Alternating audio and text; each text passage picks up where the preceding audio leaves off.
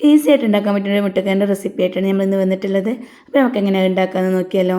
അതിന് വേണ്ടിയിട്ട് ആദ്യം പാൻ ചൂടാക്കി അതിലേക്ക് കുറച്ച് വെളിച്ചെണ്ണ ഒഴിക്കുക.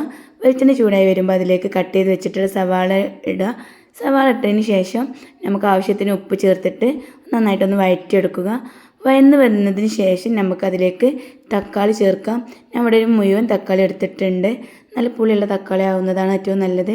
പിന്നെ അതിലേക്ക് നമുക്ക് ഞാൻ ഇവിടെ ചേർക്കുന്നത് കുക്കറിയുടെ എഗ് മസാലയാണ് ചേർക്കുന്നത്. ഇത് ഒരു പേസ്റ്റ് രൂപത്തിലുള്ള മസാലയാണ്. ഇത് ഉണ്ടാക്കേണ്ട രീതിയും കാര്യങ്ങളൊക്കെ ഇതിന്മേൽ തന്നെ എഴുതി വെച്ചിട്ടുണ്ട്. അപ്പോൾ ഉണ്ടാക്കാൻ നമുക്ക് നല്ല സുഖമാണ്. നമ്മൾ വേറെ പൊടികളോ മസാലകളോ ഒന്നും ചേർക്കുന്നില്ല. ഭയങ്കര ഈസി ആയിട്ട് ഉണ്ടാക്കിയെടുക്കാൻ പറ്റും. ഞാനിത് അതിലേക്ക് ആ പാക്കറ്റിൻ്റെ പകുതിയാണ് ചേർത്തിട്ടുള്ളത്. അതിന് ശേഷം 2 ഗ്ലാസ് വെള്ളം ചേർത്ത് നന്നായി തിളച്ച് വരാൻ വേണ്ടിയിട്ട് നമുക്ക് അടിച്ചു വെച്ച് വേവിക്കാം. ഇപ്പോൾ ഇതാ നമ്മുടെ കറി നല്ല കുറുകി വന്നിട്ടുണ്ട്. നല്ല ടേസ്റ്റി ആയിട്ടുള്ളൊരു കറിയാണ്. പെട്ടെന്ന് ഉണ്ടാക്കാൻ വേണ്ടിയിട്ട് ഇങ്ങനെയൊക്കെ ഒന്ന് ട്രൈ ചെയ്ത് നോക്കുക. പിന്നെ അതിലേക്ക് പുഴുങ്ങി വെച്ചിട്ടുള്ള 4 മുട്ടയാണ് ഞാൻ ചേർത്തിട്ടുള്ളത്. ഇപ്പോൾ ഇതാ നമ്മുടെ കറി റെഡി ആയിട്ടുണ്ട്. അതിലേക്ക് വേണമെങ്കിൽ ഒന്ന് കരിയേപ്പും ഒരു പച്ചമുളകും ചേർത്തിട്ട് നമുക്കിത് സെർവ് ചെയ്യാം.